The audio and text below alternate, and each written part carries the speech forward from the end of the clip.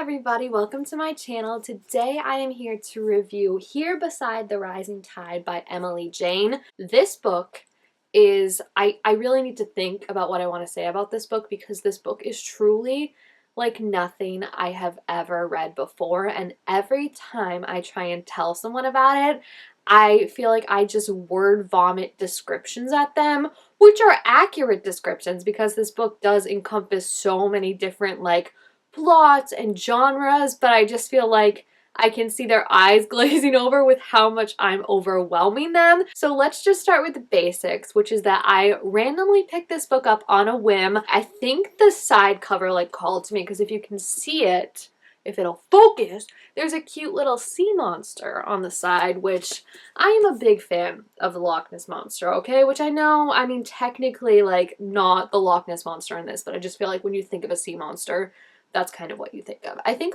Bigfoot and Loch Ness Monster for me are tied for the top two cryptids that I really hope are just out there somewhere, you know? I don't need to see them. If they want to stay hidden and safe, that's fine, but just hope that they are really out there. So that kind of caught my eye, and then I picked it up to see that the tagline is Love, Fun, Sun, and Sea Monsters. So clearly I'm sold. And again, the cover is so cute. I really love the cover. What's surprising about this actually is that it comes out in January because the cover, the vibes, even reading it transports you to a summer day. So I feel like this is the perfect book to read on the beach, unless maybe you don't like reading about sea monsters attacking a beach while you're at the beach. I get that. But I just feel like reading this in winter was one thing because it's transporting you there and you're like, oh, I wish I was at the beach and summer and all that. But I also feel like the vibes would be absolutely immaculate if you could actually read this at the beach at summer. So I'm just surprised that it didn't come out then, but I'm happy because that means I can read it sooner. So what's this book actually about? I'm glad you asked. Did you ask?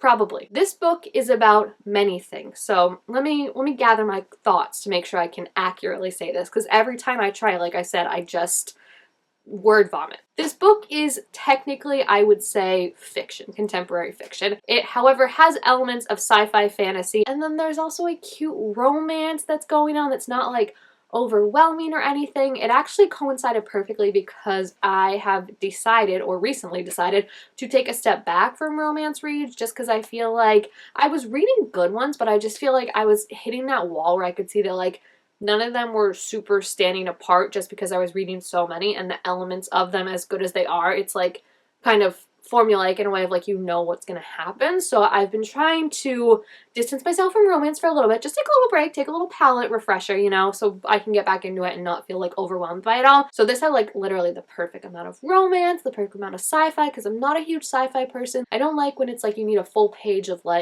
words that you're gonna have to know what they mean to understand what's going on in the book. That's just not my vibe. So I feel this was just great because to borrow the summer vibes, it's dipping your toe in each little genre and then it all coming together in this incredible book. Like I said, I've never read anything like it. There's kind of main plots that I'm going to try and tie together so you can understand the main thing, but the trajectory of them, bear with me. We might be on a roller coaster, but I promise it's getting somewhere and it's going to be worth it. So the book opens up with our main character, Jen, who is 10-year-old Jenny when it first starts. She is at Pearl Beach. She lives there all year round, but it is summertime and there's a flock of tourists coming in, and one of those tourists is 10-year-old Timmy. Timmy quickly becomes her best friend in that way that you can only make a forever best friend so quickly when you're a kid. So they become really close. They're going on missions and everything like that to try and just have the best summer ever. One day, however, when they're out swimming, Timmy just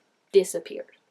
Everyone says that he got swept away or something, but Jenny was right there and sees that he literally was just there one moment, gone the next. So we cut from there to 30 years later. Jenny is now a best-selling author, she's a mother, and she's a soon-to-be ex-wife. Is that a moniker that you can bestow someone? I guess, right? It just doesn't seem like mother, but ex-wife, yeah. Her husband and her are getting divorced, and she's kind of in this fog of her marriage is falling apart. She's not happy with her books and her stories that she's writing because she feels it's just the same thing over and over again. She's struggling with her kids because she isn't as close to them as she wants to be, and then there's also that idea of now that her and their dad are getting divorced, of being pitted against each other and wanting to be a good figure for the kids and be close to them, but also just be like, hey, like I can be as fun as dad can too and stuff like that. So she decides randomly to book a summer trip to Pearl Beach before like the custody battle goes into effect and everything, so like she can spend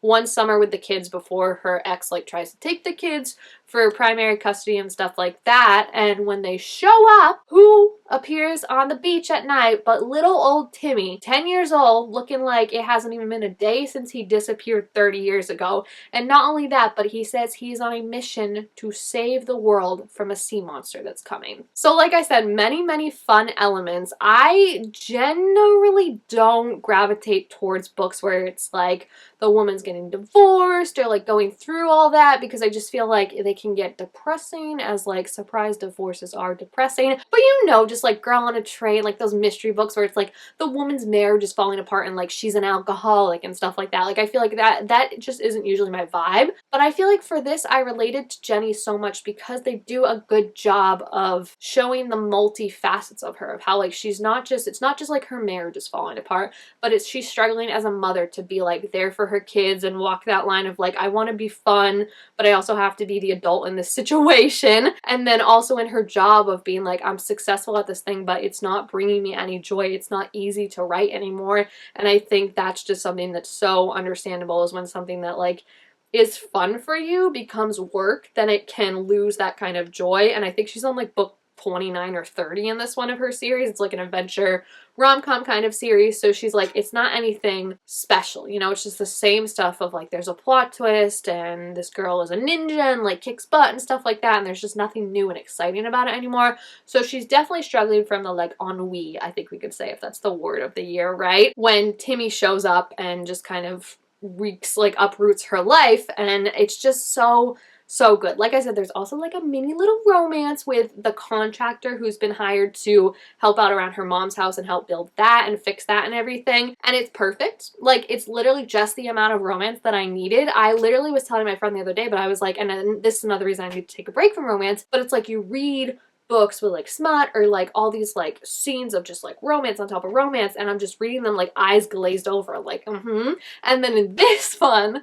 we get a first kiss like way towards the end between the characters, and I'm literally giggling, kicking my feet, you know what I mean? Like it's just so funny how the difference of that, because I think it's just built so well and it's so cute. I also really like that the author is very intentional and very specific with giving different points of view. So this is mainly from Jen's point of view when she's older. However, we do get like little chapters of her kids' each point of view, Dax's point of view, who's the contractor, and each chapter is also ended and bookmarked with either like a news report about what's happening or an excerpt from one of Jen's books that she's written. So it just makes it really fun because there's all these elements that are kind of being juggled, but they all land so well. Like I feel like you really relate to Jen as a character of someone who is, I think, struggling with being an adult and being a mom of like a relationship that's now falling apart, and trying to tell her kids, because her kids are like, why can't you guys just be together and stuff like that, and like that adult responsibility. But then it's like your 10-year-old best friend comes back, and when you're 10, like you're carefree, you know, you're fun, you don't care about like shooting off fireworks and the repercussions of that. So it's like your 10-year-old friend comes back and is like, why are you so boring now? Like you're always worried about like us like getting in danger, like we have to wear sunscreen, and like you're always so worried, and like you're just boring. So there's all that kind of element of like just rediscovering that inner joy, but also like reconciling it with like being a responsible adult, and how there is like a way to do that, which is great to see. And then the whole sea monster plot is just, like I said, there is not like a super big like glossary that you'd have to learn about different words and stuff like that. The biggest thing is that there's two types. There's the sea monster that wants to just take over the world, and then there's the, I don't want to call them sea creatures, I guess, right? They're not sea aliens, I guess we could call them, that Jenny and Timmy first meet when they're children, and then that come back when Timmy comes back 30 years later. Those are squidoodles, which adorable name, and it's just really, really cute. It kind of gives me like Alien in the Attics vibes of like when you've got like a really cute, sweet version of like a creature, and then you've got this nasty monster, and it's like they're on opposite sides, and it's just really, really sweet. The action too, again, not overwhelming, but like the things that the sea monster does, which is what's like listed on the thing, so this isn't a spoiler, but like the things that the sea monster does, it's like all these like random shark attacks start happening, but really the shark attacks are just like these people who are out surfing and paddleboarding just disappear. So it's like they blame it on sharks, but you know, it's the sea monster. Then there's also like a giant tsunami that happens when they're on a Ferris wheel. There's all these like dead animals that start washing up on the beach, and there's even like just attacks by the sea monster that it's very, very impressive that it never feels like unbelievable. Like it feels like for this world, which is still a very contemporary, like realistic world for a lot of it, that it's like, oh yeah, there is just like a sea monster that's attacking the bridge and stuff like that. And no one knows it's the sea monster at that point, but it never feels like this is not how you would react in the situation. You know, like it feels realistic of like, yeah, you know what, if I was there, like this could happen. So I really, really liked it. And I like that it just feels so different, like I said, from things I've read before. It was so entertaining, and it literally felt, yeah, like kind of watching like a movie, like Jaws in a way, but not as horror, if that makes sense. Like just this thing that's happening and it's out there, and we know because Timmy's like, hey, there's a sea monster, but then for a majority of it, us as Jenny is like, is there a sea monster? Like, you know, entertaining it, and then being like, no, like I've got to be the adult, but then being like, you know, maybe that logical part of me is like actually preventing me from realizing what's going on. So I just think it was so sweet, like seeing her connect with her kids, reconnect with Timmy, and how the kids get along and everything. Like there's just so many great relationships and so many characters in this, because even Dax, like I said, is just so sweet and funny, and I just love him as like, again, he's not a huge part in this, but like the presence of him is just really relaxing and funny. And there is a small spoiler, so skip like a minute if you don't want to hear this, but I just love this, so I have to point this out. Dax, for a majority of it, just seems like this like cool, aloof, very nice man, and like the things he says just seems like that's the way it is, right? And you're like, that's so funny and like interesting. Then we get Dax's point of view towards the end of it, and you realize that he is just this like love-struck guy with a crush who keeps saying like the stupidest stuff that he's like, oh, why did I say that? Like there was one part where he was like trying to find them because they had got separated from the daughter, and he rolled up and he was like, yeah, I found her, but like she didn't want to ride from a stranger. And the mom's like, well, that's good, yeah. And he's like, do you want one? And she's like, what?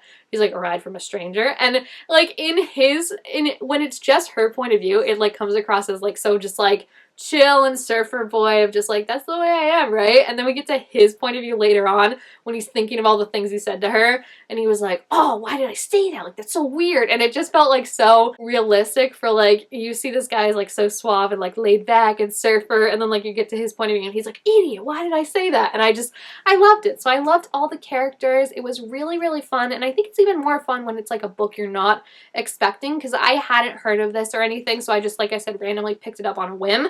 And I loved it. I gave it 5 out of 5 stars. I think it's just so fun, and I definitely, yeah, want to reread it in summer with like all those vibes. But it transports you to summer so well, and just like all that kind of like picture of like things going wrong, electricity going out, and like, could this be a sea monster? Could this not? And then everything just kind of coming together. I really, really loved it. I would highly recommend it. I just think it's so fun and so different, like I said, from anything I've read. And it is kind of like the perfect blend of like a little bit of sci-fi, a little romance, a little contemporary, a little like identity, soul searching kind of stuff like that. And I just really, really liked it. It's such a great book to like, I mean, I read it in 2024, but to start my 2025 reads on. So I really hope that we can continue on and up and read great ones. So yeah, if you have checked this out or are interested in checking it out, let me know what you thought about it down in the comments, and like all the different elements and everything, what parts and what characters you love. Thank you guys all so much for watching. Make sure to give this video a thumbs up if you enjoyed it, and I will see you guys next time. Bye!